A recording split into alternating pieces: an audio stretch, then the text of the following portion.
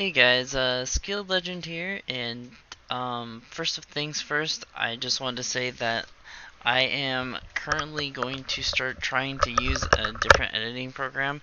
I found one that I like, and it's very easy on my computer to use, and it also has a lot of features, so I thought it would be a good idea to try that. Um, and we'll see where it goes from there. But unfortunately, I do have to pay quite a bit for it. There's no, um, way to get it for free or anything like that. So I will try using that once I figure out a way to fund it. It shouldn't take me that long to fund it and try it out and get you guys some better quality content, because obviously this isn't too bad, but I do like showing you guys more of what I'm talking about, and it's kind of hard to do that with just a picture and not being able to do much. But I played around with this on the for free part of the um, editing program that I was using, and it really had some great features. So like I can show you guys things and be able to, manipulate things and be able to better explain what's going on in certain situations or analyze things a little bit better for you guys. But anyways, with that point aside, I just want to say that I was thinking about that, and I was going to do that for you guys so that you guys could get some better quality content from me, because I love doing these analyses and theories and stuff on, anime, not just Pokemon, but, other shows as well. And it would be easier to do those other shows and Pokemon and, you know, just be able to analyze these things better with you guys in mind and being able to show you what I'm talking about. But anyways, so what I wanted to talk about today is we just got a new preview for the episode 42 and 43, in which Ash is going back to Kanto. It's a school-related thing, so all of the Alolan friends are going to go with him, and they're going to basically learn about the different Alolan forms and their Kanto counterparts. But it's special because Misty and Brock are coming back, and they gave us a preview of the episode, and it looks like Team Rocket is coming as well. So there's going to be an interaction between them, and as you can see in this picture, Brock is already getting reprimanded for going after a girl. That is very typical of Brock and Misty. And we saw some scenes in which it looks like Ash is going to see some of his old Pokemon friends, so that is nice. But it only showed one or two, I believe, and they were both Gen 1 Mons, so I don't know if we're going to see like any of his other Pokemon, like he's going to show off to his friends, or if it's just going to be full nostalgia train and we're just going to see Gen 1 Mons. We saw him interact with his Bulbasaur. Um, we also saw other nostalgic things, like I said, with the ear pulling, Brock being reprimanded for going after a girl. We saw them interact with Team Rocket, and also we saw Misty freak out because there was a Caterpie. It seems like this episode is just kind of full of nostalgic moments, but at the same time, it's a two-part episode, and the title for one of them is Mega Evolution versus Z Moves. So we're going to see some things that aren't typical of Brock and Misty, that they have Mega Pokemon. I really hope that they explain how they got these Mega Pokemon. We know that Misty and Brock have both been to Hoenn, or at least been there for a little bit to have encountered them, but it would be nice to get a backstory of how they got um, their Mega Stones or their uh, Mega Rings as well. You can't see them on their characters in this, so it'll be interesting to see how, um, if they're hidden or if they put them on during the battle, or if it's just something that they kind of forgot about. I don't know. Just seems kind of interesting. Also, it's kind of weird. I don't know if this is like kind of like, now that he's seen Alola, he's showing off Kanto, and he decides to have a battle, like a gym battle, to show off gyms, or if it's just they consider it a gym battle because they are gym leaders. Because one of the episodes has him battle them, and it's called Gym Battle Z moves versus Megas. Uh, I don't know. I kind of am excited to see this episode because we get to see Megas and we get to see Z moves. But at the same time, I feel like they're going to have it whereas Z moves are just going to destroy these Mega Pokemon, and I don't know how I feel about that. I feel like Mega evolutions were a lot cooler than Z moves because while Mega evolutions are like, a transformation of a Pokemon and it happens um every single time, like the transformation doesn't change, the Pokemon itself doesn't change, but its move sets and its abilities and its characteristics change. And I thought that the Mega Evolution was a very, very cool idea. It would have been cooler if maybe they added something like fusions in this generation instead of Z moves, because I don't know, man. I really liked it because you could change their move sets, you could change their abilities, but their form changed. Whereas with Z moves, their form doesn't change. They do some kind of dance, but the move that they use is the same every single time, unless you change the Z crystal. And not every Pokemon can use all of the different Z crystals.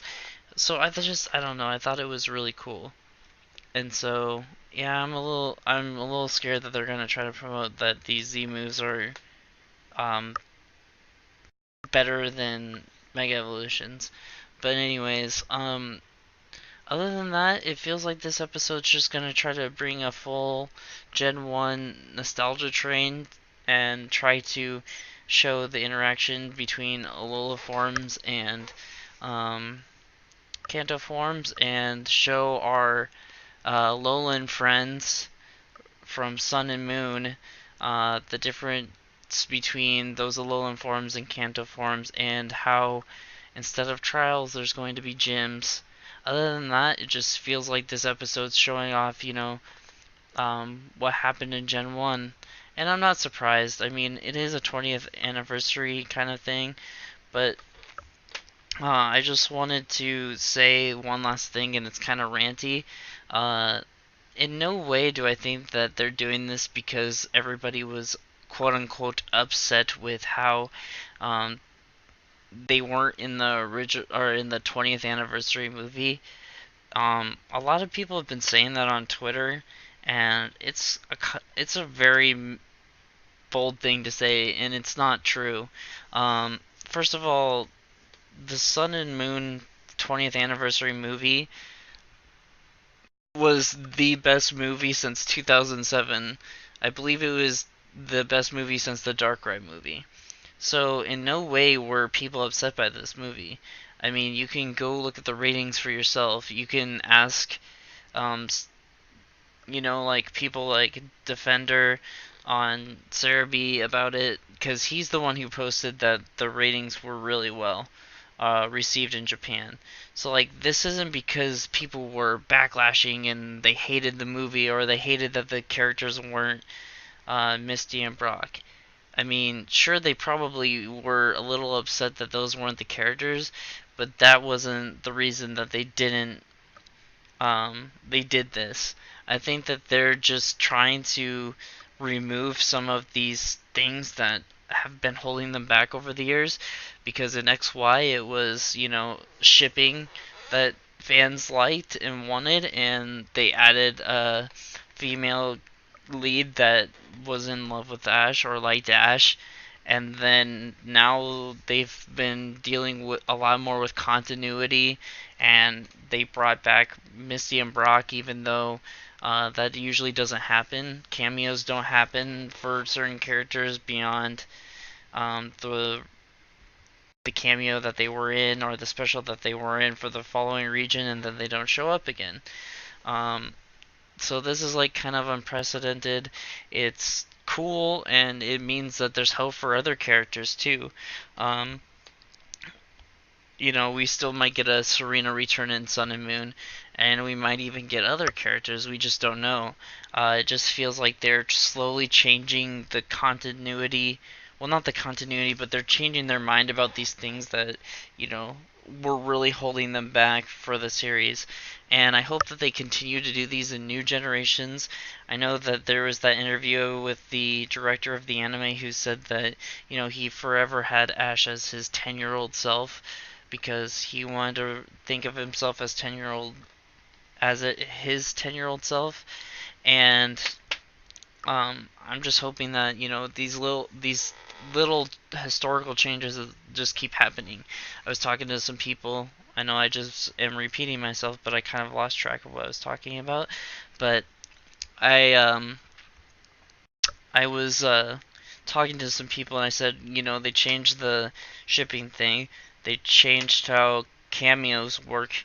What if next they go with Ash's age, even though they just said that they weren't going to, Ash is going to be eternally 10. Because while that's true, he did say that.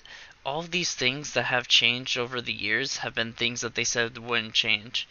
They said that characters would not be part of the main cast again after their cameos or specials. They said that they would not do any shipping type of thing. That's why Misty left in the first place. Her character didn't have a role, and they didn't want people to think that she was going to be shipped with Ash anymore. And now this director has said that Ash is forever 10 in interview, and for all we know, that could be the next thing to change. It seems like they're starting to understand what the anime needs and what fans want, and they're putting those things in there. Um, I just I don't know how far this will go though. I know that the shipping thing was pretty far, but we don't know how we don't know if we're going to see Serena. We don't know if we're going to see May or Dawn. Like we don't know the full extent of how these cameos are going to work. And we don't even know if it's going to, be full blown cameos or if it's just going to be like 2 episodes like this for Serena. Because normally when a person comes back for their actual cameo, they get like a couple extra episodes. They usually get like 9, and they get a special or something if they're really popular. So we'll just have to see what happens. And it would be cool, if we continue down the road and there's Gen 8, 9, 10 or whatever, and you get to see Dawn for 2 episodes, you get to see May for 3 episodes, you get to see Serena for 1 episode, and then the next generation comes and you get to see Dawn for 3 episodes, and May for an episode, and Serena for 2 episodes, or they continue the trend of just Ash very frequently seeing his other friends. Now I know that, I just took those 3, but I'm talking about everyone. It doesn't have to be just Ash, Dawn, and Serena. I just used them for example. But anyways, what do you guys think? Are you happy that they're doing this? Or did you want to see something else with Misty and Brock returning? Are you happy that it's kind of going to be full of nostalgia kind of things with like Bulbasaur showing up, with Misty still being afraid of bugs, with, the typical Brock interaction with Misty where he gets reprimanded for, falling in love with a girl? Or and are you excited to see how, the Alolan family interacts with, the Kanto Pokemon? Or did you want to see something different? Just let me know what you guys think. As always, if you like this video, give it a thumbs up and subscribe, and I'll talk to you guys later. Bye.